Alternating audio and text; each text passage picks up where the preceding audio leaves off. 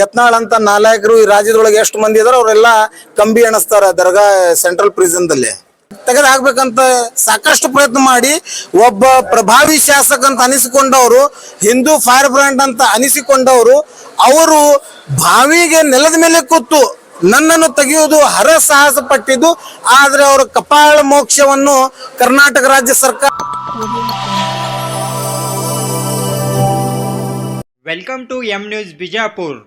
चलिए चलते हैं आज की खबरों की ओर। ಮತ್ತು ವಿಜಯಪುರ ನಗರದ ಜಾಮಿಯಾ ಮಸ್ಜಿದ್ ಏರಿಯಾದ ನಮ್ಮೆಲ್ಲ ಮುಸ್ಲಿಂ ಸಮಾಜ ಮತ್ತು ಅಲ್ಪಸಂಖ್ಯಾತ ದಲಿತ ಸಮಾಜದ ಹಿರಿಯರು ಮುಖಂಡರು ಇವತ್ತು ನನಗೆ ಗೌರವ ಸನ್ಮಾನ ಕಾರ್ಯಕ್ರಮವನ್ನು ಆಯೋಜಿಸಿ ಇವತ್ತು ನನ್ನನ್ನು ಗೌರವ ಸನ್ಮಾನ ಮಾಡಿದ್ದಾರೆ. ಏಕೆಂತಂದ್ರೆ ಇವತ್ತು ನಾನು ಕರ್ನಾಟಕ ರಾಜ್ಯ ಸರ್ಕಾರದಿಂದ ನನಗೆ ನಾನು ಇದ್ದಿದ್ದ ಜಾಗ ಅಂದ್ರೆ ಅಪರ ಜಿಲ್ಲಾ ಸರ್ಕಾರಿ ವಕೀಲ ಹುದ್ದೆಯಲ್ಲಿ ನಾನು ಕರ್ತವ್ಯ ನಿರ್ವಹಿಸುತ್ತಿದ್ದನು. ಇವತ್ತು ಕರ್ನಾಟಕ ರಾಜ್ಯ ಸರ್ಕಾರ ಮಾನ್ಯ ಸಿದ್ದರಾಮಯ್ಯ ಸಾಹೇಬರು ಮತ್ತು ಗೌರವಾನ್ವಿತ ಸಚಿವರಾದ ಡಾಕ್ಟರ್ ಎಚ್.ಕೆ. ಪಾಟೀಲ್ ಸಾಹೇಬ್ರು ಅವರು ಆದೇಶ ಹೊರಡಿಸಿ ನನಗೆ ಮತ್ತೊಂದು ವರ್ಷಿಗೆ ಮುಂದುವರಿಸಿದ್ದಾರೆ ನನ್ನ ಸೇವೆಯನ್ನು ಶ್ಲಾಘಿಸಿ.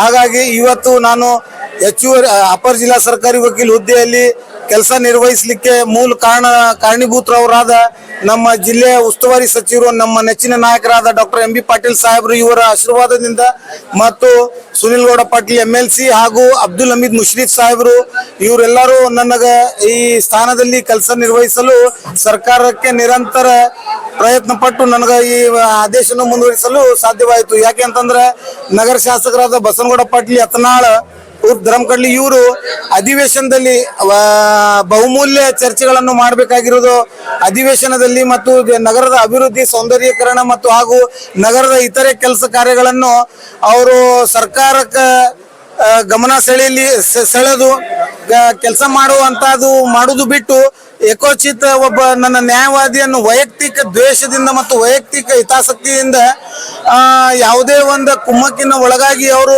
ಅಧಿವೇಶನದಲ್ಲಿ ನನ್ನನ್ನು ಹೆಸರು ಪ್ರಸ್ತಾಪ ಮಾಡಿ ನನ್ನನ್ನು ಕೂಡಲೇ ನನ್ನ ಸೇವೆಯಿಂದ ವಜಾಗೊಳಿಸಬೇಕಂತೂ ಸರ್ಕಾರಕ್ಕೆ ಆಗ್ರಹಿಸಿ 25 ಮಿನಿಟ್ ಅತಿ ಅಮೂಲ್ಯ ಸದನದ ವೇಳೆಯನ್ನು ಹಾಳು ಮಾಡಿದಲ್ಲದೆ ಬಾವಿಗೆ ಎಳೆದು ನೆಲದ ಮೇಲೆ ಕೂತು ಅವಮಾನಕಾರಿ ಅಂದ್ರೆ ಇಡೀ ಬಿಜಾಪುರ ನಗರದ ಮತದಾರರಿಗೆ ಅವರು ನಗರ ಶಾಸಕರು ಅವಮಾನ ಮಾಡಿ, ಯಾಕೆ ಅಂತಂದ್ರೆ ನಗರ ಶಾಸಕರಿಗೆ ಆಯ್ಕೆ ಮಾಡಿರುವುದು ಮೂಲ ಉದ್ದೇಶ ನಗರದ ಸೌಂದರ್ಯೀಕರಣ ಹಾಗೂ ಅಭಿವೃದ್ಧಿ ಮಾಡುವ ಉದ್ದೇಶ ಇತ್ತು. ಆದರೆ ನಗರ ಶಾಸಕರು ಏಕೋಚಿತ ನನ್ನ ಕರ್ತವ್ಯಕ್ಕೆ ನನ್ನನ್ನು ಟರ್ಮಿನೇಟ್ ಮಾಡಲಿಕ್ಕೆ ಮತ್ತು ಅದು ವಿಂಡಿಕ್ಟಿವ್ ಅಟಿಟ್ಯೂಡ್ ಅಂದ್ರೆ ದ್ವೇಷದ ಭಾವನೆಯಿಂದ ಅಪರಾಧಿಕ ಪ್ರಕರಣ ಬಾಕಿ ಇರುವುದರ ಹಿನ್ನೆಲೆಯನ್ನು ಎತ್ತಿ ಹಿಡಿದು ಅವ್ರದೇ ಮೇಲೆ 72 ಕೇಸ್ ಇರೋದ್ರಿಂದ ಅವರು ಅಧಿವೇಶನದಲ್ಲಿ ಭಾಗವಹಿಸ್ತಾ ಇದ್ದಾರೆ. ಮತ್ತು ಕುಂಬಳಕಾಯಿ ಕಳ್ಳಿ ಯಾರಂತಂದ್ರೆ ಹೆಗಲ್ಮುಟ್ಟು ನೋಡ್ಕೊಂಡಂಗ ಅವರು ತನ್ನ ಮೇಲೆ ಇದ್ದಿದ್ದು 72 ಕೇಸನ್ನು ಮರೆಮಾಚಿ ನನ್ನ ಮೇಲೆ ಅವರೇ ಮಾಡಿಸಿದ 8 ಕೇಸದ ನೆಪ ಹಿಡಿದು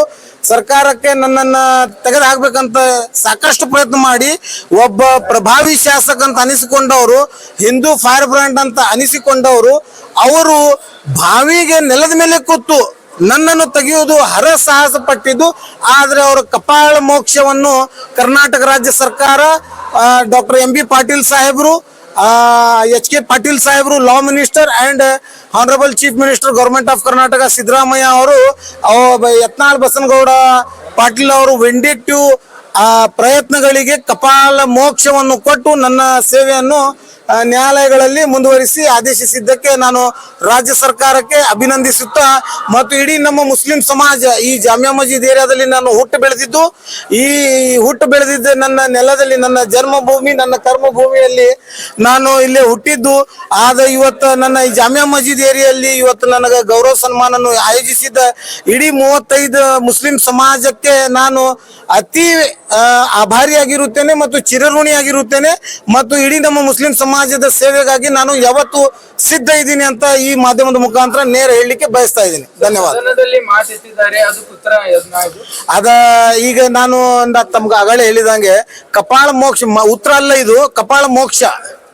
ಅವ್ರ ಕಪಾಳ ಗಡ್ಡಿಗೆ ಬಾರಿಸಿ ಸರ್ಕಾರ ಹೇಳಿದದ ಅಹಿಂದ ಪರ ಸರ್ಕಾರ ಇದೆ, ಅಲ್ಪಸಂಖ್ಯಾತರ ಪರ ಸರ್ಕಾರ ಇದೆ, ದಲಿತರ ಪರ ಸರ್ಕಾರ ಇದೆ.